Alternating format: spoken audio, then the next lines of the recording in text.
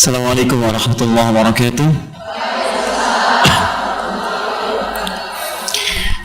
Alhamdulillah wa kafa. Wassalatu wassalamu ala rasulillahil mustafa wa ala alihi wa sahbihi wa man wafa. Amma ba'd. Faya ibadallah, usi nafsi wa iyyakum bitaqwallahi faqad fazal muttaqun. Fala tamutunna illa wa antum muslimun. Faqala ta'ala, ya ayyuhalladzina amanu taqullaha haqqa tuqatih wala tamutunna illa wa antum muslimun. Saudariku sekalian dan pemirsa Akhir TV dimanapun anda berada, alhamdulillah siang ini kita masih diberi kesempatan oleh Allah Subhanahu wa Ta'ala untuk bisa menunaikan ibadah di masjid ini dan dilanjutkan dengan mempelajari sebagian dari tuntunan syariat agama kita. Pertama, semoga pertemuan kita diberkahi oleh Allah Subhanahu wa Ta'ala dan semoga Allah memuliakan kita semua. Ya, dan saya selalu bermohon pada Allah Subhanahu wa Ta'ala dimanapun terdapat akhwat muslimah, saya bermohon kepada Allah semoga senantiasa diberikan kemuliaan seperti Rasulullah SAW menegaskan dalam salah satu hadisnya. Baik, saya memiliki seorang ibu, saya memiliki kakak perempuan, dan saya memiliki adik perempuan. Demikian ketika saya berhadapan dengan ibu atau akhwat seluruhnya, maka saya juga bermohon kepada Allah semoga setiap perempuan, baik itu ibunda saya atau ibu yang lainnya, kakak saya atau kakak saudari yang lainnya, adik saya atau adik bagi bapak ibu sekalian ataupun ibu yang ada di sini, semoga insyaallah kita semua dipertemukan di surga bertemu dengan Rasulullah sallallahu alaihi wasallam. Baik, tentunya masuk surga tidak cukup dengan amin. Baik. Karena syarat masuk surga itu minimal ada dua. Kalimat surga pertama disebutkan dalam Al-Qur'an surah kedua Al-Baqarah ayat ke-25. Paling kanan sebelah atas di mushaf. Wabashshiril ladzina amanu wa 'amilus shalihat. Berikan kabar gembira kepada orang-orang yang beriman. Kalimat berimannya menggunakan kata alladzina. Ya, alladzina disebutkan 1080 kali dalam Al-Qur'an. Ini kelihatan ini? Belum saya tulis, bagaimana bisa kelihatan? Masya Allah. Hanya ibu sob muslimah yang belum saya tulis sudah kelihatan. Luar biasa. Baik, ini saya besarin ya. Ya.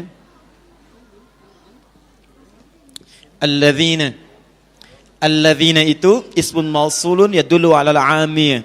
Kata sambung bisa menunjuk pada objek atau subjek tanpa batas. Jadi bisa laki-laki, bisa perempuan, besar, kecil, tua, muda dan seterusnya. Jadi tanpa batas. Seakan-akan Allah ingin mengatakan berikan kabar gembira siapapun pada orang-orang yang memiliki iman. Mau dia laki-laki, perempuan, kaya, cukup, tua, muda, sepanjang dia punya iman dalam dirinya. Kemudian tiket yang keduanya, wa amilus salihat. Lalu imannya dia buktikan dengan mengerjakan amal saleh. Maka ketika seseorang memiliki iman, lalu imannya dia buktikan kemudian dengan mengerjakan amal saleh, di amal saleh itu pembuktian iman. Sama, setiap iman itu keyakinan. Kaidah dalam keyakinan itu membutuhkan pembuktian. Cinta itu bagian dari keyakinan. Ketika seseorang mengatakan cinta maka perlu dibuktikan. Jangan percaya bila ada lelaki mengatakan saya cinta denganmu. Katakan padanya buktikan cintamu tertulis dalam buku nikahku. Nah, catat ya. Ini satu. Sama, ketika Anda mengatakan ya Allah saya beriman, kata Allah apa buktinya? Maka buktikan keimanan itu dengan mengerjakan amal soleh. Maka ketika amal soleh kemudian ditenun, maka Allah berikan kabar gembira. Kata Allah, annalakum jannatin tajri min tahtihal anhar. Surga yang dirindukan tidak bisa diraih dengan ucapan iman yang sangat ringan diucapkan itu. Dengan ucapan amin yang sangat dengan penuh harapan. Tapi kata Allah buktikan dengan mengerjakan amal soleh. Pertanyaannya sekarang, bagaimana cara mengerjakan amal itu dengan cara yang cerdas, dalam waktu yang sangat terbatas, bisa menghadirkan pahala melimpah yang mengantarkan kita semua ke surga. Itulah bahasan kita pada kesempatan siang hari ini. Baik, kita fokus pada materi kita, karena alhamdulillah hari ini waktu kita agak sedikit padat, ya, dan mudah-mudahan insya Allah dimudahkan oleh Allah Subhanahu Wa Taala dalam setiap bahasannya. Ya. Baik, kita percepat. Kita gali dulu temanya sedikit sebentar. Amalan cerdas di waktu yang terbatas. Baik, kita bahas satu-satu, pelan-pelan. Satu, amalan cerdas. Apa yang disebut dengan amal itu? Dan bagaimana kemudian kita bisa beramal dengan cerdas? Kita bahas pertama, apa itu amal?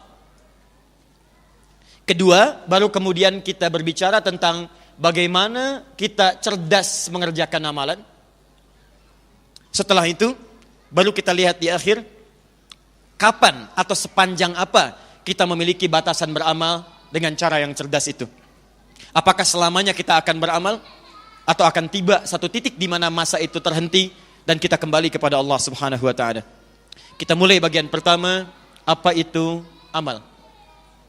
Ibu sekalian, amal secara singkat adalah setiap aktivitas yang dikerjakan. Di orang Arab kalau menyebut kita beraktivitas, makan, minum, bekerja, masak, bahkan tidur sekalipun, sepanjang itu dimaknai sebagai pekerjaan, maka dalam bahasa Arabnya disebut dengan amal. Jelas sampai sini? Baik, tahan pelan-pelan. Secara singkat, amal itu dibagi pada 3 bagian. Saya ulang. Amal itu dibagi pada 3 bagian. 1, ada yang disebut dengan al-amalul adi. Amalan biasa, rutin. Biasanya disebut dengan amal saja. Nanti kita terangkan. Al-amalul adi, tidak harus dihafalkan istilahnya, tapi dipahami dengan baik maknanya. Apa yang disebut dengan al-amalul adi, amalan biasa, adalah amalan yang saat dikerjakan, dia punya nilai dunia saja sebagai rutinitas. Dia tidak memiliki saham akhirat, baik konsekuensi pahala atau dosa, standar aja. Ya, misal, tidur, semua orang hidup pasti punya peluang untuk tidur. Semua orang yang hidup itu pasti makan. Semua manusia yang hidup pasti minum. Dari mulai bangun tidur sampai dengan tidur lagi, saat kita mengerjakan rutinitas kehidupan dunia, kalau itu dikerjakan sebatas rutinitas saja, maka itu disebut dengan amal namanya. Al-amalul adi, singkatnya rutinitas saja. Amalan yang menjadi rutinitas. Saya tanya, ibu dalam sehari makan? Makan. Minum? Jalan, menulis, menghapus? Tidak, ya, baik. Saya yang datang sendiri, saya terangkan sendiri, saya nulis sendiri, saya hapus sendiri, ya. Baik. Tapi persoalannya, di antara sekian hidup yang kita lalui, kita beraktivitas. Ingat baik-baik, kita beraktivitas. Nah, manusia yang mengerjakan aktivitas dalam hidupnya, namanya disebut dengan insan. Insan, 65 kali disebutkan dalam Al-Quran, insan. Al-insan. Tahan ya, pelan-pelan, tahan. Nanti saya sering katakan ada 5 nama penyebutan untuk manusia. Kadang disebut dengan bashar. Qul innama ana basyarum mithlukum. Disebutkan 35 kali dalam Al-Quran. Ada yang disebut dengan ins. Ins dipasangkan dengan jin. Ya ma'syaral jinni wal wa ma khalaqtul jinna wal ins. Pasangan ini disebutkan 18 kali dalam Al-Quran. Kadang ada yang disebut dengan nas, an-nas, 241 kali disebutkan dalam Al-Quran. Ya, surah paling favorit, surah terakhir, Qul a'udzu birabbin nas. Oke. Ada Bani Adam disebutkan 7 kali dalam Al-Quran. Seperti Quran surah 7 ayat ke-31. Ya Bani Adam khudhu zinatakum. Nah, ini kalau Anda lihat di dalam mushaf seringkali diterjemahkan dengan manusia. Ins manusia, nas manusia. Ya ayyuhan nas, hai manusia. Wa ma khalaqtul jinna wal ins, tidaklah saya ciptakan jin dan manusia. Insan juga disebutkan 65 kali dalam Al-Quran. Bahkan ada surah ke-76, surah Al-Insan. Hal ata 'alal insan. Ar-Rahman 'allamal Qur'an khalaqal Iqra bismi rabbikal ladzi khalaqal, dan pasti diterjemahkan dengan manusia. Pertanyaannya, kalau terjemahannya sama, kenapa istilahnya mesti berbeda? Nanti ada ilmu dalam bahasa Arab ditulis oleh seseorang bernama Abu Hilal Al-Askari, punya kitab namanya Al-Furuq Al-Lughawiyah. Kalau terjemahannya sama tapi ungkapannya berbeda, itu artinya ada penekanan makna yang tidak sama dalam setiap kata itu. Jadi ins beda dengan insan, tidak sama dengan anas, dan tidak serupa dengan Bani Adam, juga dengan bashar. Bocorannya gampang, bocorannya. Kalau atap saja bisa bocor, maka materi pun mungkin bisa disampaikan bocorannya. Baik, lihat baik-baik. Bashar tidak disebutkan bashar kecuali menyentuh aspek nafsu dalam diri manusia. Jadi kalau ibu sedang baca Al-Quran, menemukan kalimat bashar dalam Al-Quran, Itu artinya, hati-hati, ibu sedang diajarkan bagaimana cara mengendalikan nafsu dalam kehidupan. Ya, secara cepat ya. Kalau Anda membaca tentang nas, misalnya, ya ayyuhan nas, qul a'udzu birabbin nas, tidak disebutkan kalimat nas, kecuali menunjuk pada sifat sosial manusia yang tidak bisa hidup sendirian. Karena itu ketika Anda menemukan kalimat nas, Allah nanti menjelaskan di dalamnya. Bagaimana bergaul dengan orang lain. Bagaimana misalnya mohon maaf, berjumpa dengan yang sejenis atau yang beda pasangan. Bagaimana berta'aruf, bagaimana menjalin keluarga, itu nas kalimatnya. Kalau Anda mendapatkan misalnya Bani Adam, maka di situ menunjuk pada asal mula keturunan. Jadi kalau dicari, kita akan kembali kepada bapak yang sama, Adam alaihissalam. Karena itu mukjizat Nabi Muhammad SAW saat dilahirkan itu mukjizatnya tidak langsung Al-Quran. Mukjizatnya menunjukkan betapa jelas nasab Nabi sampai ke Nabi Adam alaihissalam. Untuk membedakan dengan manusia biasa. Manusia biasa seperti Adi Hidayat, lahir bapaknya ada, ibunya ada. Tapi nasabnya walaupun jelas ke Adam, belum tentu bisa digali sempurna. Nabi Muhammad tidak, SAW. Lahir, bapaknya sudah meninggal, sudah tidak ada, tapi nasabnya masih jelas sampai ke Adam alaihissalam. Ya, Muhammad bin Abdullah, bin Abdul Muttalib, bin Hashim, bin Abdul Manaf, bin Qusay, bin Murwah, bin Kilab, bin Ka'ab, bin Ghalib, bin Fihir, bin Malik, bin Nadar, bin Kinana, bin Khuzaimah, bin Mudrikah, bin Ilyas, bin Nizar, bin Mudar, bin Ma'ad, bin Adnan, bin Adri, bin Muqawwam, bin Nahur, bin Tariq, bin Ya'rub, bin Yasjub, bin Nabit, bin Ismail alaihissalam, bin Ibrahim alaihissalam, bin Azar atau bin Nahur, bin Abir, bin Kinan, bin Arfakhshad, bin Sam, bin Nuh alaihissalam, bin Mikhlail, Matushala, bin Kinan, bin Anwas, bin Sith, bin Adam alaihissalam. Jelas? Ayo ulangi. Oke. Nah, itu disebut dengan Bani Adam. Nah, kalau disebut dengan insan, hati-hati, insan, fokus. Di sini aspek bahasan kita, manusia tidak dinamakan dengan insan kecuali di antara maknanya menunjuk pada aktivitas hariannya. Makhluk yang punya aktivitas. Makhluk yang punya pekerjaan selama 24 jam dari bangun tidur sampai tidur lagi. Jadi kalau ibu disebutkan dalam Al-Quran dengan nama insan, ini menunjukkan pada aktivitas hariannya. Persoalannya, ada orang yang hidup di dunia beraktivitas hanya untuk memenuhi kebutuhan dunia saja. Contoh, maaf ya, kalau kita makan misalnya, apa fungsi makanan? Menghilangkan lapar. Minum, apa fungsi minuman? Menghilangkan haus. Ada orang yang saat beraktivitas di dunia, makannya hanya untuk menghilangkan lapar saja. Minumnya hanya untuk menghilangkan haus saja. Maka kalau ada orang beraktivitas seperti ini, maka orang ini akan nyaman dalam kehidupan dunia, tapi persoalannya ketika dia meninggalkan dunia, dia tidak punya bekal untuk kehidupan berikutnya. Apa persoalannya? Persoalannya setiap manusia yang hidup di bumi disebut oleh Allah punya batas hidup. Batasnya disebut dengan ajal namanya. Quran surah ke-7 ayat 34. Quran surah 7 ayat 34. Fokus. Walikulli ummatin ajal. Setiap umat, bukan 1-2 orang saja, semuanya. Bernama manusia, perkumpulannya semua. Sepanjang punya nyawa, kata Allah, fokus baik-baik, dia pasti punya batas kehidupan. Ajal itu batas kehidupan. Fa idza jaa ajaluhum, kalau tiba ajalnya, la yastakhiruna sa'ata wa la yastaqdimun. Maka dia tidak akan bisa milih, maaf, apa ingin dimajukan lebih cepat atau ingin diakhirkan, dilambatkan. Jadi orang yang bunuh diri itu tidak ada kerjaan. Kalau sudah waktunya tiba pasti meninggal. Ngapain kemudian mengeksekusi dirinya? Tidak ada kerjaan. Jadi kalau orang belajar tentang fikih kehidupan, dia mengerti setiap manusia punya ajal. Kalau sudah tiba waktunya, ibu sekalian, fokus baik-baik. Orang yang menjalani hidup sampai dengan menuju ajal, itu disebut dengan mayyit namanya. Mayyitun. Quran surah 39 ayat 30. Az-Zumar ayat 30 paling kiri sebelah bawah. Lihat ada tasdidnya. Mayyit artinya orang yang pasti akan wafat, meninggalkan dunia. Jadi kalau ibu misalnya disebut oleh teman, kamu mayyit ya? Enggak usah marah. Iya, sama dengan kamu. Ya? Oke. Innaka mayyitun, Muhammad, kamu itu akan wafat. Wa innahum mayyitun, dan mereka pun sama akan wafat.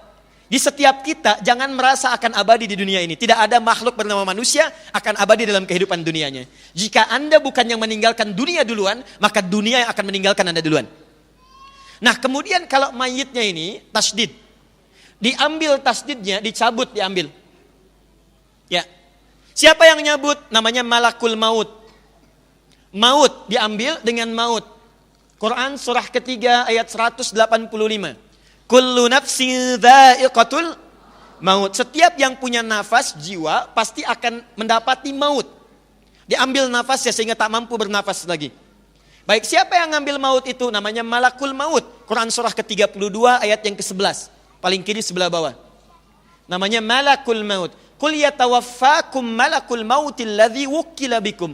Katakan Muhammad, setiap yang hidup itu akan diutus malakul maut, malaikat pembawa maut. Yatawaffakum, akan mewafatkannya. Karena itu ada istilah wafat, meninggalkan dunia.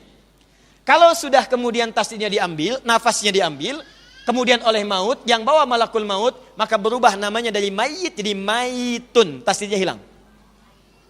Mim, ya, kemudian ta, tapi di atas huruf ya-nya jadi bulatan sukun begini.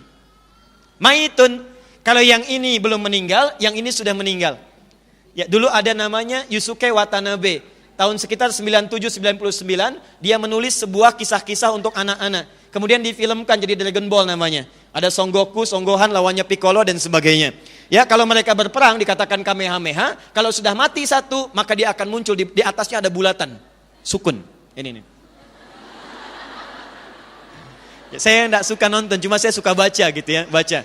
Dulu ada Satya Baja Hitam, saya tahu. Ya, Kotaro Minami namanya, dia berubah jadi Satya Baja Hitam. RX Bio, RX Robo. Ya, senjatanya pedang matahari, tendangannya tendangan maut, kemudian ya motornya belalang tempur. Kang Daan belum tentu tahu di belakang tuh. Ya, sini. Kembali sini kita belum sambungkan. Nah, yang ingin saya katakan bahwa setiap manusia itu, kalau sudah diambil kemudian nafasnya, datang malakul maut berarti wafat dia. Kalau wafat artinya dia meninggalkan dunia dan berpindah ke alam lain.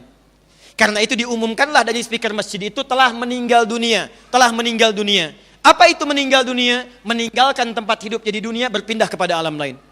Pertanyaannya, jika seorang manusia hanya bekerja, amal, beraktivitas untuk kepentingan dunianya, tidak pernah menyiapkan bekal untuk ke alam lainnya, maka besar kemungkinan dia akan makmur di alam dunia, tapi nestapa di alam berikutnya. Pertanyaan saya, ibu pilih mana? Maaf ya, kaya dunia atau fakir akhirat, atau dibalik, fakir dunia atau kaya akhirat? Pilih mana?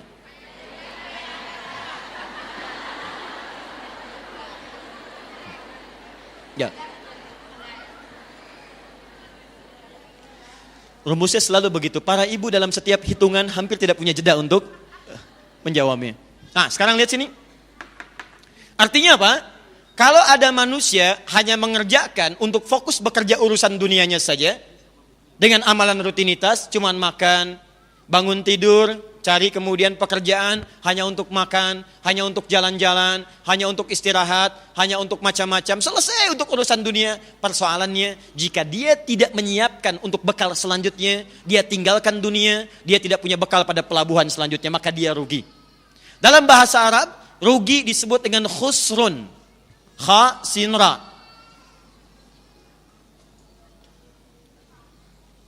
Baik, kalau kemudian, kalau kita ingin mengatakan orang itu kalau bekerja untuk dunia saja, tidak menyiapkan akhiratnya, maka dia akan benar-benar rugi dalam kehidupannya.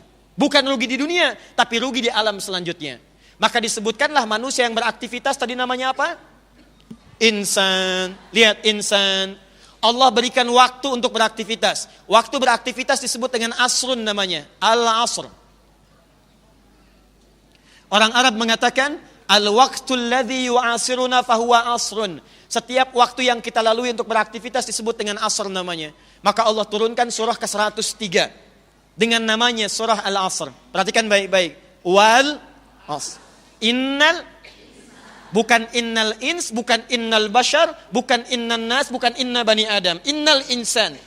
Kenapa disebut insan? Ayo kembali ke rumus tadi. Tidak disebut insan kecuali menunjuk pada manusia yang beraktivitas. Maka cara menerjemahkannya, perhatikan mushafnya. Innal insana. Sungguh setiap manusia yang beraktivitas itu, dari bangun tidur sampai tidur lagi itu, la fi khus, la pasti, fi berada dalam, khus artinya apa tadi? Rugi, kerugian. Setiap manusia yang beraktivitas berpotensi rugi dalam beraktivitasnya.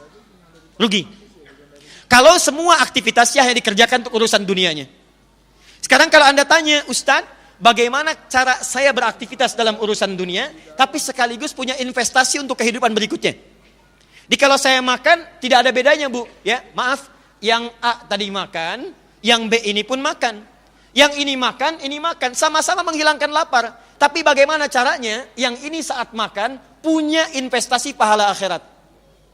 Yang ini hanya berhenti di dunia, yang ini makannya otomatis kemudian bersambung sampai bekal akhiratnya. Maka teruskan ayatnya. Illalladzina amanu wa amilus amal salihat, amal saleh. Yang pertama amal adi, yang kedua ada yang disebut dengan amal saleh. Amal saleh itu setiap pekerjaan yang saat dilakukan secara otomatis bernilai akhirat, bernilai pahala. Pekerjaan yang punya nilai pahala, dalam bahasa kekinian, investasi akhirat. Tahan pelan-pelan ya. Nanti kalau saya uraikan dengan detil, ibu akan paham di ujungnya kemana maksudnya. Fokus. Contoh,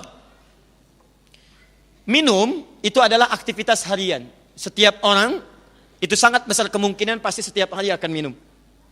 Kalau cuma minum saja, maka jadi rutinitas. Disebut dengan amal. Adi, amal yang biasa rutin. Tapi kalau Anda kemudian jadikan ini, minumnya sama, gelasnya sama, volume airnya sama.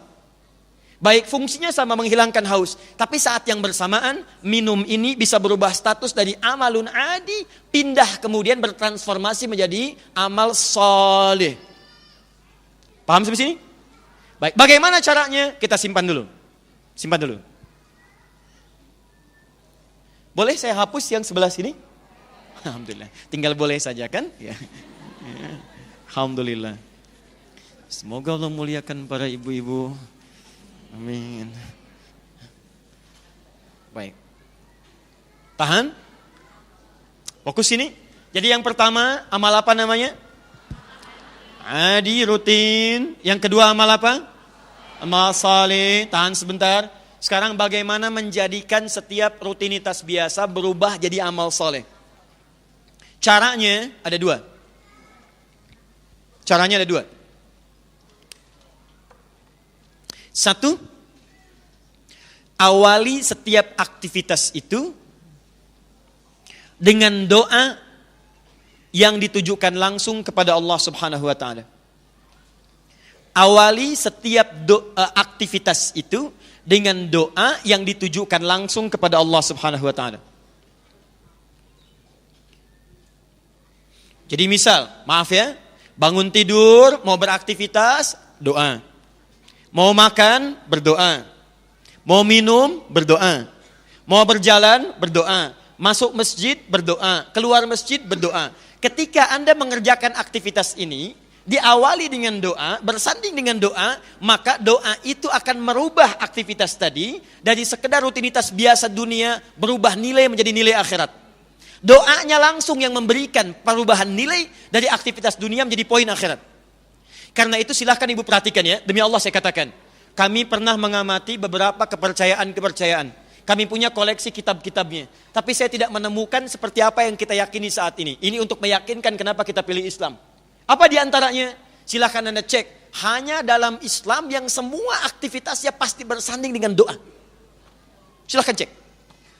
Dari bangun tidur sampai tidur lagi. Saya tanya pada ibu sekalian, bangun tidur ada doanya? Baik, apa doanya?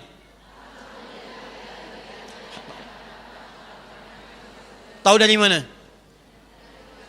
Baik, nggak ada di Al-Quran, ya, di hadis ya. Di Al-Bukhari nomor hadis 181, riwayat Jundub bin Junada, dikenal dengan Abu Dzar Al-Ghifari. Adalah Nabi SAW jika bangun dari tidurnya, coba digabungkan dengan hadis riwayat Abu Daud. Nomor hadis 1369, riwayat Ibnu Abbas radhiyallahu ta'ala anhuma. Jadi yang Abu Daud, nomor hadis 1369, digabungkan dengan hadis riwayat Al-Bukhari. Ya, ingat ya, pernah saya ajarkan kalau menyebut Al-Bukhari pakai al ya. Al, karena namanya bukan Bukhari, bukan Al-Bukhari. namanya Muhammad, punya bapak namanya Ismail, punya kakek namanya Ibrahim, kakek buyutnya Al-Mughirah, eyang buyutnya Al-Bardizbah, tinggal kecamatan Ju'fa, Kabupaten Bukhara, Provinsi Khurasan, negara Uzbekistan sekarang. Nah, karena berasal dari Bukhara, maka untuk menunjuk pada daerah, rumusnya gampang. Tambahkan al di depannya dan akhirnya tutup dengan i. Kata Imam Al-Bukhari, saya berasal dari Bukhara. Dia katakan, ana Al-Bukhari. Ada Syekh Nawawi dari Banten, ana Nawawi Al-Bantani. Syekh Yasin dari Padang, Syekh Yasin Al-Padangi. Syekh Abdul Somad dari Palembang, mufti dulu, Syekh Abdul Somad Al-Palembangi. Boleh. Syekh Ahmad Khatib dari Minangkabau, Syekh Ahmad Khatib Al-Minangkabawi. Ya, Kang Daan dari Bandung, Jawa Barat, Kang Daan Al-Bandungi, Ang Jawa Barati. Boleh. Sah. Nomor hadis 181 dari Jundub bin Junabah. Ya. Abu Daud nama aslinya bukan Abu Daud, nama aslinya Sulaiman. Dari Sijistan dikenal dengan Sulaiman As-Sijistani. Hafal hadis 500.000 hadis. Bukan hanya isinya saja, tapi dengan sanadnya. Matan dengan sanad. Sanad itu yang meriwayatkan hadis sampai ke Nabi. Dari si fulan sampai ke Nabi. Kata Ibnul Qayyim Al-Jauziyah rahimahullah, dulu ada Nabi Daud bisa melunakkan besi dengan tangannya. Ini Abu Daud bisa melunakkan hadis dengan lisannya. Karena gampang sekali, ini sahih, ini dhaif, ini benar, ini salah. Maka sejak saat itu dikenal dengan Imam Abu Daud. Menulis kitab disebut dengan Sunan Abu Daud, nomor hadis 1369. An Ibni Abbasin radhiyallahu ta'ala anhuma. Hadis riwayat Ibnu Abbas, semoga Allah meridhai kepada beliau dan bapaknya. Qala, beliau mengatakan, kana Rasulullah sallallahu alaihi wasallam. Bima makna? Adalah kebiasaan Rasulullah sallallahu alaihi wasallam, idza staiqadha min naumihi, jika bangun dari tidurnya, fajalasa. Beliau duduk terlebih dahulu. Duduk dulu. Wa masaha biyadihi min athari naumihi, kemudian menghapus bekas ngantuknya. Setelah itu faqara'a khawatima surah Ali Imran. Beliau membaca 10-11 ayat terakhir di surah Ali Imran. Baru kemudian membaca doa bangun tidur, alhamdulillahilladzi ahyana ba'dama amatana wa ilaihin. Poinnya adalah saat bangun tidur, baru bangun sudah ada doanya. Setelah itu, thumma dhahaba ila shinin mu'allaqah. Beliau pergi ke kamar mandi, fatawadda untuk berwudu. Masuk kamar mandi ada doanya lagi, Bu. Silakan cek, ada doanya? Keluar kamar mandi ada doanya? Cuma dalam Islam. Masuk masjid ada doanya? Keluar masjid ada doanya? Dan masuk masjid dengan masuk kamar mandi, doanya bisa beda. Silakan cek. Cek. Bahkan langkah kakinya pun tidak serupa. Masuk masjid kaki kanan, keluar toilet kaki kanan. Oh, kan? Ulangi. Masuk masjid kaki, keluar masjid kaki kiri. Baik. Keluar toilet kaki kanan. Masuk masjid kaki kanan. Masuk toilet kaki. Doanya pun tidak sama. Tuh. Makan ada doanya. Minum ada doanya. Pertanyaannya, Ustadz, apa faidah manfaat dari doa itu? Lihat sini. Orang yang minum tidak berdoa pun, maka minumannya akan menghilangkan haus. Tidak ada bedanya. Tapi ketika Anda katakan dengan doa misalnya, baca doanya begitu diminum, doa itu akan merubah aktivitas minum, bukan sekedar rutinitas, tapi bernilai pahala akhirat. Dituliskanlah kemudian. Pekerjaan yang dikerjakan dengan doa itu disebut dengan amal soleh. Pahalanya disebut dengan hasanah. Karena itu setiap yang mengerjakan satu kebaikan, dia punya 10 kali lipat nilai hasanah. Buka Quran surah ke-6 ayat 160. Quran surah ke-6 ayat 160. Man jaa'a bil hasanati falahu asyru amthaliha. Siapa yang mengerjakan perbuatan yang melahirkan satu hasanah, minum, baca doa, maka dia bernilai hasanah, punya kebaikan.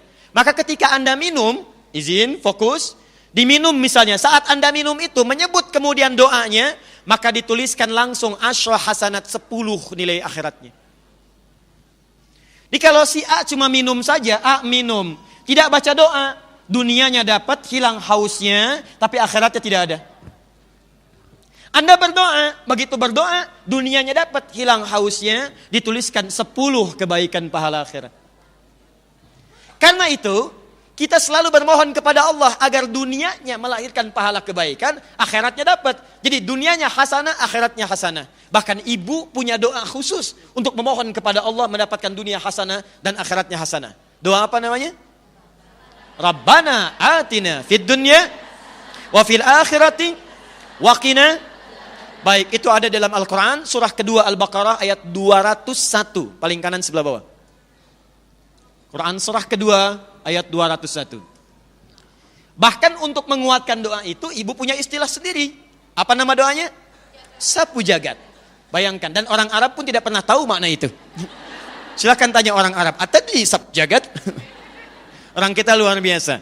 Ada doa sapu jagat, ada doa sapu nggak ada jagatnya, ada doa jagat nggak ada sapunya. Sini, 2. Fokus, tahan sebentar. Ini kita baru pengantar ya, baru mukadimah, kita belum masuk pada bahasan. 2. Kalau tidak mengetahui doanya, maka hadisnya mengatakan cukup sertakan nama Allah di dalamnya. Perhatikan kalimatnya. Kullu amrin dzibalin la yubda'u fihi bi bismillahirrahmanirrahim fahuwa abtar.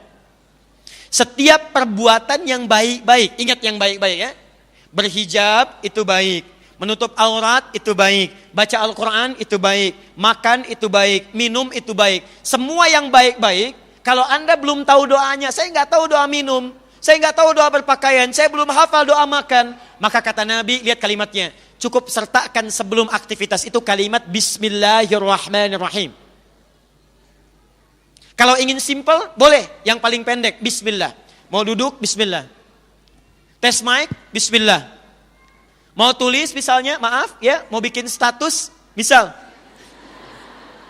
Hari ini ada pengajian, Bismillah, gitu kan? Baik, silahkan sertakan Bismillah, Bismillah, Bismillah, Bismillah. Saat Anda akan minum, kemudian Anda baca Bismillah, maaf, saya tidak tahu ustaz doanya, bacakan kata Nabi Bismillah. Contoh, Bismillahirrahmanirrahim.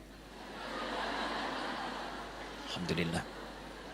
Nah, maka saat Anda minum tadi itu, atau saat saya minum tadi itu, mohon izin, maaf, minumnya menghilangkan haus, tapi kalimat Bismillahirrahmanirrahim itu yang menuliskan investasi pahala akhiratnya. Nah kalau ada orang kemudian, maaf, tidak membacakan itu, maka kata Nabi, fahuwa abtar. Dia hausnya hilang, tapi terputus pahala akhiratnya. Saya tanya pada ibu ya, maaf ya.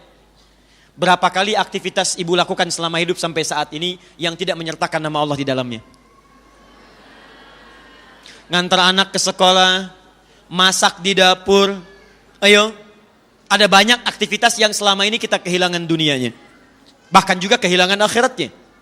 Jadi ini seperti kelihatan sederhana, Bu. Kelihatan sederhana, tapi kalimat yang singkat ini, itu yang nanti akan melimpahkan pahala di kemudian hari. Kalau ibu nggak percaya silahkan meninggal duluan. Nanti ibu akan lihat bagaimana banyaknya pahala dapatkan. Dan itu nggak bisa milih. Maaf ya, meninggal bukan pilihan. Meninggal itu ajal yang telah ditetapkan.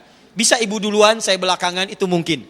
Atau mungkin ditukar, saya belakangan, ibu duluan, itu pun bisa terjadi. Tapi kita tidak bisa memilih. Ya.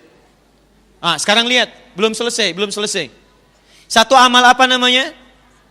2 saleh. Baik, bagaimana menjadikan rutinitas menjadi amal soleh? Awali dengan doa atau sebut nama Allah dalam aktivitas itu. Sekarang begini, kalau ada orang misalnya, mohon maaf, fokus baik-baik, mau makan. Dia baca Bismillahirrahmanirrahim. Amalannya benar? Berpahala? Belum tentu. Kalau snack yang dimakan, snack orang lain. Nah. Maka ini memunculkan amalan yang ketiga, namanya amal salah. Bahasa Al-Qur'annya disebut dengan su namanya, jamaknya disebut dengan sayyiat. Jadi ada 3 ya, awas, karena kan kita bicara amal cerdas di waktu terbatas. Ketahui dulu amal itu apa. Kalau tidak tahu amal itu apa, bagaimana kita bisa cerdas menggunakan amalan? Tahan. Berarti ada amal rutin, adi, ada amal saleh, ada amal salah. Ingat baik-baik ya, ingat baik-baik. Kalau amalan yang pertama hanya bermanfaat dunia. Amalan yang tengah-tengah ini dunia akhirat. Tapi kalau Anda mencoba mengerjakan yang terakhir yang ini, maka Anda dijamin rugi langsung dunia akhirat. Saya ulang ya. Yang ini untung dunia, rugi akhirat. Yang ini untung dunia, untung akhirat. Yang ini rugi dunia, rugi akhirat. Jadi kalau ada orang yang mencoba bergeser pada amalan-amalan yang salah, maaf sekali. Makan itu baik, jadi pahala. Tapi cara makannya dengan cara yang salah. Hartanya diperoleh dengan cara yang tidak benar. Suami bekerja di tempat yang tidak benar, dengan cara yang tidak benar. Istri bahkan memberikan motivasi itu. Maka yang paling bahaya adalah dunianya akan nestapa, akhiratnya pasti menderita. Nah sekarang kita simpan para ibu sekalian, yang ini kita coret dulu. Yang ini kita tepikan dulu, yang ini kita akan bahas. Pertanyaan terbesarnya, Ustadz, kalau saya ingin mengerjakan amal saleh dengan batas usia yang sekarang, tak mungkin kembali kepada sebelumnya. Sudah lewat saya beraktivitas, tidak sering bersandingkan dengan bismillah. Jarang saya ucapkan doa. Saya merasa mungkin banyak pahala yang hilang. Sekarang saya akan menyusul semua pahala-pahala tadi. Bagaimana secara cerdas saya menyiapkan amalan ke depan, yang saat saya kerjakan, saya bisa mengumpulkan pahala untuk menutup yang lalu-lalu. Itulah yang kita akan turunkan, amalan cerdas seperti apa yang saat dikerjakan pahalanya begitu melimpah. Jelas di sini? Belum saya terangkan. Bagaimana bisa jelas? Belum. Saya terangkan dulu baru jelas. Ya, baik. Ibu ini luar biasa ya. Belum saya tulis sudah kelihatan. Belum saya terangkan sudah jelas. Kenapa saya ada di sini? Luar biasa. Baik, bismillah. Fokus. Yuk kita turunkan. Sekarang kita akan beramal saleh yang cerdas.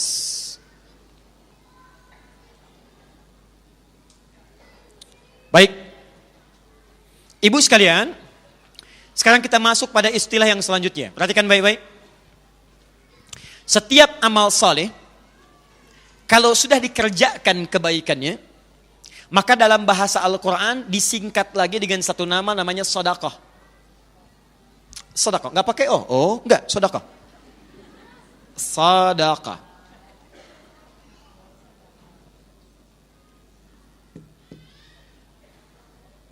Jadi amal soleh jenis apapun, kalau Anda mulai kerjakan detailnya, maka namanya akan dirubah menjadi sedekah. Sedekah itu kalau dalam bahasa fikih, kullu ma'rufin sedekah. Setiap pekerjaan yang bernilai baik dalam urusan-urusan dunia ataupun akhirat. Itu disebut dengan apa? Sedekah. Jadi nama umumnya disebut dengan amal soleh.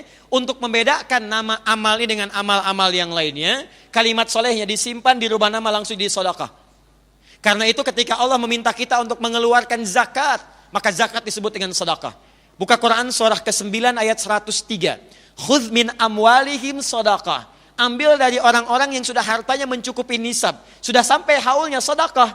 Padahal sedekah yang dimaksudkan zakat, tapi disebut namanya dengan sedekah. Misal, ketika Anda keluarkan zakat itu ke dalam 8 golongan. Buka Quran surah 9 ayat ke-60.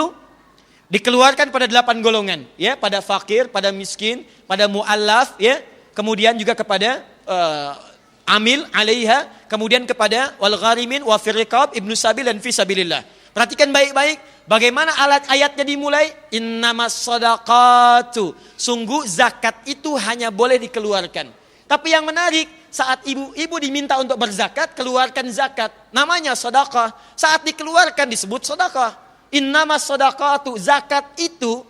Kenapa yang disebutnya zakat tapi dengan nama sedekah? Karena zakat saat dikeluarkan memiliki nilai-nilai kebaikan di dalamnya. Di setiap perbuatan baik, punya peluang akhirat, punya kebaikan dunia, disebut dengan apa namanya? Sedekah. Kenapa zakat disebut sedekah? Karena saat Anda berzakat, ada kebaikan dunia. Orang bisa terangkat status sosialnya. Orang terbantu perekonomiannya. Dan saat Anda berikan, dicatatkan pahala akhiratnya. Maka dikeluarkan bentuknya sedekah, pada orang-orang disebut dengan namanya sedekah. Infak, salat, baca Quran, itu pun nama umumnya disebut dengan sedekah. Buka Quran surah kedua Al-Baqarah ayat 264, paling kiri sebelah bawah. Ayat 264, Quran surah kedua Al-Baqarah ayat 264, paling kiri sebelah bawah. Ya ayyuhalladzina amanu, hei orang-orang yang telah menyatakan dirinya beriman kepada Allah, la tubtilu shadaqatikum bil manni wal adza. Jangan engkau gugurkan, batalkan, hilangkan semua kebaikan yang pernah engkau tenun saat di dunia itu. Namanya sedekah. Ini mencakup sholat, baca Al-Quran, infak. Contoh, Dari mana Ustaz taunya? Teruskan ayatnya. Allah contohkan. Kalladzi yunfiqu malahu ria'an nas. Seperti orang infak tapi riya. Di infak di ayat ini dimasukkan dalam kategori sedekah. Artinya punya nilai kebaikan dunia dan akhirat. Jadi kalau ibu lewat kotak infak misalnya, lewat kotak, maaf itu bukan mobil-mobilan ya. Itu kotak infak. Lewat. Nah, itu oleh Quran disebut sedekah. Sedekah. Apa itu sedekah? Dia punya nilai kebaikan dunia dan akhiratnya. Paham sampai sini? Nah kata Al-Quran, saat Anda mengerjakan semua kebaikan itu, sholat itu baik, infak itu baik, semua namanya disebut dengan apa namanya? Nah sekarang pertanyaannya, Ustadz, kalau saya selama hidup ingin memperbanyak sedekah, bagaimana cara cerdasnya? Dengan modal yang sekecil-kecilnya, tapi bisa melimpahkan pahala yang sebanyak-banyaknya. Ya, saya penting jelaskan makna sedekah dulu supaya tidak salah paham. Sekarang pemahaman orang kalau disebut sedekah itu ada kotak dimasukkan ke situ tulisan sedekah. Paham ya? Baik, sama dengan begini. Mohon maaf ya. Pernah dengar istilah amal jariah? Tuh. Ayo kita luruskan. Kalau ibu ingin memperbanyak sedekah, banyak kebaikan, maka jenisnya ada dua. Satu, ada yang disebut dengan sedekah jariah. Sedekah jariah.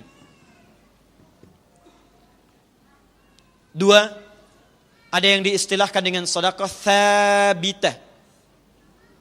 Sedekah tsabitah. Jangan terjebak pada istilahnya ya. Tidak harus dihafal, yang penting paham. Yang penting paham. Awas. Yang paling tepat, yang paling benar itu bukan amal jariah tapi sedekah jariah. Saya ulang, sedekah jariah. Kalau amal jariah sekarang kalau di Arab, amal jariah itu kalau ada begini nih, misal di jalan sedang ada berlangsung pekerjaan jalan. Misal memperbaiki jalan di sini. Mengganggu orang lewat, maka ditulis oleh orang Arab ada papan tulisannya afwan amal jariah. Maaf, ada amal jariah, pekerjaan yang sedang berlangsung di jalan mengganggu Anda lewat.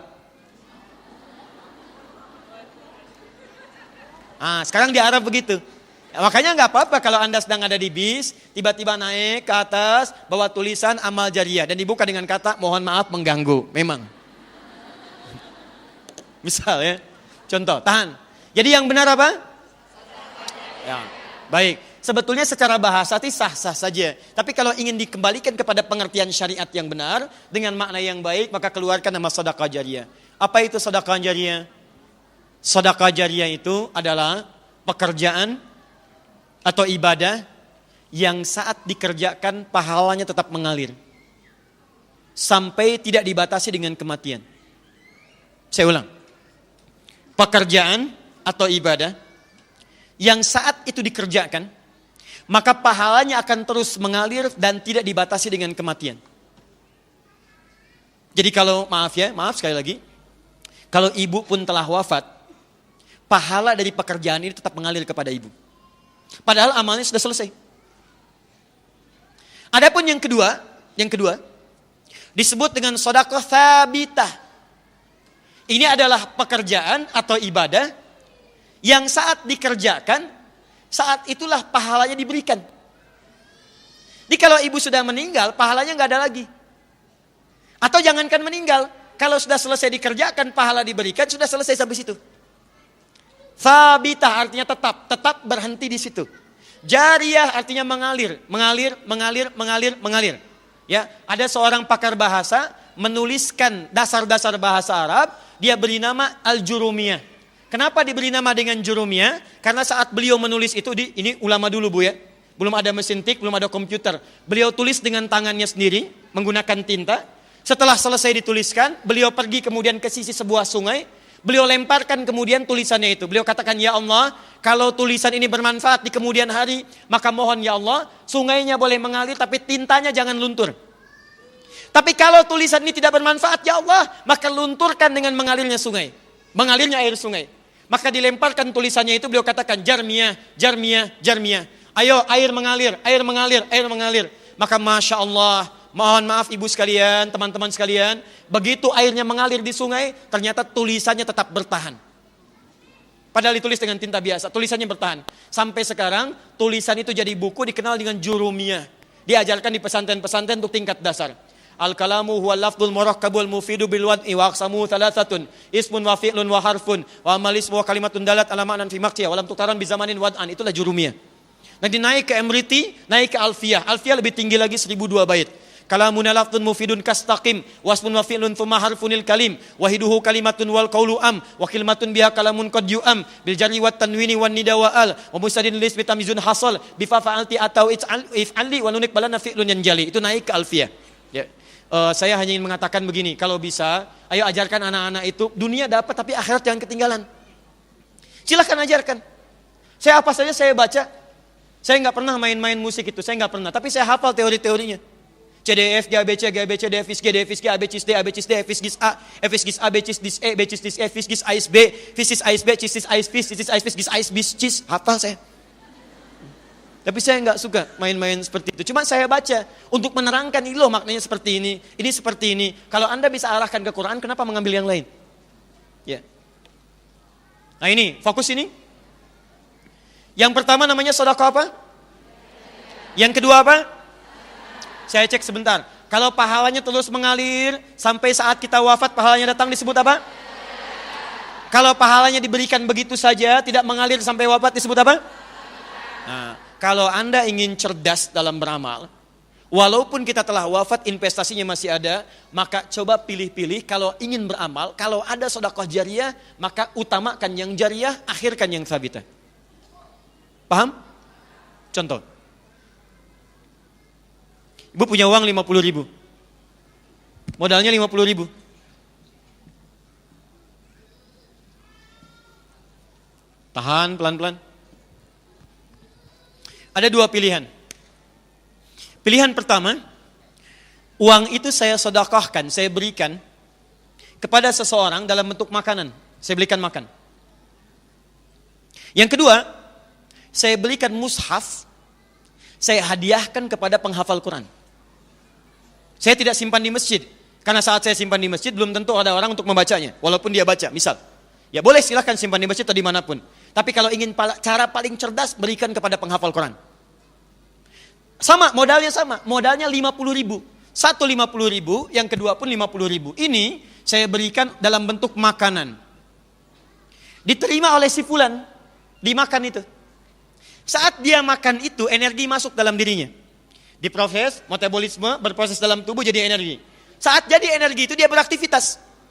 Lihat baik-baik, begitu orang ini sholat dengan aktivitasnya, maka sholatnya dia ibu dapat bagian pahalanya. Ingat, ada hadisnya. Ada hadisnya. Kita misal ambil hadis riwayat Muslim. Nomor hadis 1402 dengan nomor hadis 1300 atau 1897. Yang pertama mengatakan man sanna fil islami sunnatan hasanatan falahu ajruha misla ajri man amila biha min ghairi an yankusa min ajriha syai'un. Yang kedua man dalla ala khairin falahu ajruhu misla ajri fa'ili min ghairi an yankusa min ajrihi syai'un. Perhatikan baik-baik. Jika ada yang menginisiasi kebaikan, misal Anda buka majlis ta'lim, kumpul sama-sama, fasilitasi, bawa ustadz yang baik, datangkan, mengajar. Begitu ada orang belajar, mengamalkan itu bukan cuma yang mengamalkan. Anda yang fasilitator mendapatkan pahala dari setiap yang mengamalkan itu. Maaf, yang kedua, dalla, memberikan fasilitas, kebaikan, atau memberikan sesuatu untuk digunakan pada yang baik. Anda beri makanan, nilainya 50.000. Diberikan pada orang tadi, dia sholat. Begitu dia sholat karena energi dari makanan tadi, maka ibu mendapatkan pahala sholat yang sama dengan yang dia peroleh tanpa dikurangi sedikit pun. Jadi dia sholat, Anda pun dapat bagian pahalanya. Oh kalau gitu Ustadz, saya nggak usah sholat ya, saya ngasih makanan aja pada orang. Anda dapat pahala dari orang lain, tapi Anda mendapatkan dosa yang menggugurkan pahala itu. Itu tetap tidak dapat apa-apa. Persoalannya, saat makanan ini diberikan, energi berkumpul, dia mengerjakan kemuliaan, pahala dapat. Tapi kan energi itu akan hilang. Akan habis bagian makanan itu. Kalau itu habis, maka selesailah kemudian pahala ibu di situ. Saya beli mushaf. Saya berikan kepada penghafal Quran. Saya mau tanya pada ibu sekalian, perhatikan baik-baik. Kalau ada orang baca Al-Quran, satu hurufnya berapa? Tahu dari mana? At-Tirmidzi nomor hadis 2910. At-Tirmidzi nomor hadis 2910. 29110. Lihat sini. Man qara'a harfan min kitabillahi, siapa yang membacakan walau hanya satu huruf dari kitabullah, falahu asyru hasanat, maka akan diganjar pahalanya setiap hurufnya 10 kebaikan nilai pahala. Walam aqul alif lam mim harfun, saya tidak katakan kata Nabi alif lam mim itu satu huruf, walakin alifun harfun, lamun harfun, mimun harfun, tapi alifnya satu huruf, lamnya satu huruf, mimnya satu huruf. Walikulli harfin asyru hasanat, dan setiap hurufnya 10 kebaikan. Jadi kalau ada orang baca alif lam mim, dapat berapa? 30. Lihat sini. Alif lam mim. Yang tadi salat. Yang ini salat. Salat dikerjakan sekali dapat 10 kebaikan. Dalilnya Quran surah ke-6 ayat 160 tadi. Man jaa bil hasanati falahu asyru amsalihha. Siapa yang mengerjakan satu kebaikan dia dapat 10. Salat oleh Al-Qur'an disebut hasanah. Dalilnya Quran surah ke-11 ayat 114. Lihat, wa aqimis salata tarafain nahar innal hasanati yudhibnas sayyiat. Salat disebut hasanah, dikerjakan satu hasanah pahalanya 10. Tadi Anda kasih makanan pada seseorang, dia salat, begitu dia salat dapat 10 pahala, Anda dapat 10 pahala. Anda berikan 50.000 itu, belikan mushaf, berikan pada penghafal Quran. Perhatikan baik-baik, penghafal Quran saat membacakan Qurannya alif lam mim, baru alif lam mim sudah dapat 30. Banyak mana 10 dengan 30? 30. Dan dahsyatnya, hampir mustahil ada pembaca Al-Quran cuman baca Quran satu ayat. Atau bahkan satu huruf, gak ada. Gak ada. Saya belum pernah dengar ada penghafal Quran baca Al-Quran cuman sehuruf. Siapa yang ngasih ini? Wakafnya Ibu Lucy, udah banyak pahalanya, sehuruf aja. Nun, sudah ya. Gampang. Gak ada. Silahkan cek. Satu itu. Yang kedua, penghafal Quran itu, walaupun yang dibaca satu ayat, 2 ayat, itu pasti akan diulang-ulang, Bu. Karena dia membaca, bukan sekedar baca, dia membaca untuk menghafalkannya. Sedangkan hukum hafalan menyebutkan kalau ingin cepat hafal, dia mesti mengulang apa yang dihafalkannya. Silahkan cek penghafal Quran. Tidak ada penghafal Quran baca Quran begini. Dzalikal kitabu la raiba fi hudal lil muttaqin. Selesai, tidak ada. Yang ada dzalikal kitabu la raiba fi dzalikal kitabu la raiba fi hudal lil muttaqin dzalikal kitabu la raiba fi hudal lil muttaqin dzalikal kitabu la raiba fi hudal lil muttaqin. Berapa huruf? Modalnya 50.000, tapi pahalanya luar biasa. Belum selesai. Sekarang misalnya ibu yang mewakafkan mushaf itu meninggal. Mushafnya masih ada. Dipakai lagi oleh orang lain, dipakai lagi. Allahu Akbar, sepanjang mushaf itu masih ada, pahalanya mengalir untuk ibu. Misal, Ustadz mushafnya usang, sudah hancur misalnya, sudah nggak digunakan lagi, mushafnya nggak digunakan, tapi bukankah penghafal Quran tadi menghafal Quran dari mushaf ibu tadi? Kalau mushafnya kemudian sudah tidak ada, penghafal Qurannya masih ada, maka setiap dia menghafal membaca Quran dari mushaf tadi, akibat mushaf tadi dia hafal Quran. Setiap dia membaca Qurannya itu dari hasil hafalan berdasarkan mushaf tadi, ibu tetap mendapatkan bagian dari pahalanya. Sekarang orang ini saat hafal Quran mengajar pada orang lain, menghasilkan murid, 10 murid, Masya Allah. Satu orang hafal Quran, muridnya 10. Begitu 10 ini belajar, dia belajar setiap hurufnya, ibu dapat pahala lagi. Yang imam ini meninggal, yang 10 ini menyebar, jadi imam lagi, belajar lagi. Setiap satu orang dari 10 ini mendapatkan 100 murid. Berapa pahala yang ibu dapatkan? Modalnya cuma 50.000. Maka kalau Anda bisa gunakan pada yang cerdas, mengapa memilih itu digunakan pada yang biasa-biasa? Atau bahkan yang paling menarik, maaf, kenapa begitu mudah mengeluarkan uang pada kepentingan mal? Sementara pada kepentingan mal itu sulit dikeluarkan dengan baik.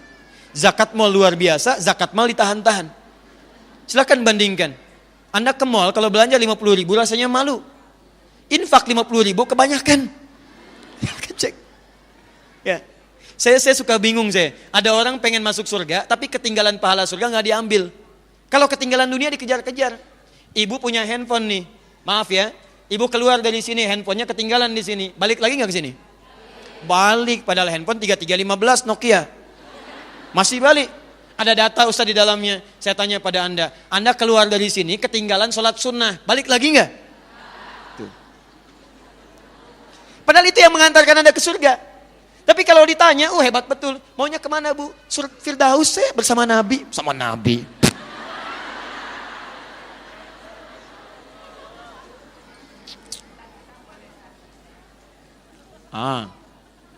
Paham insya Allah? Baik, jadi satu, apa saja amalan cerdas yang melahirkan pahala tanpa batas? Satu, tahan sebentar. Tahan ya. Satu, interaksi dengan Al-Quran. Dengan bahasa yang lebih umum, interaksi dengan Al-Quran.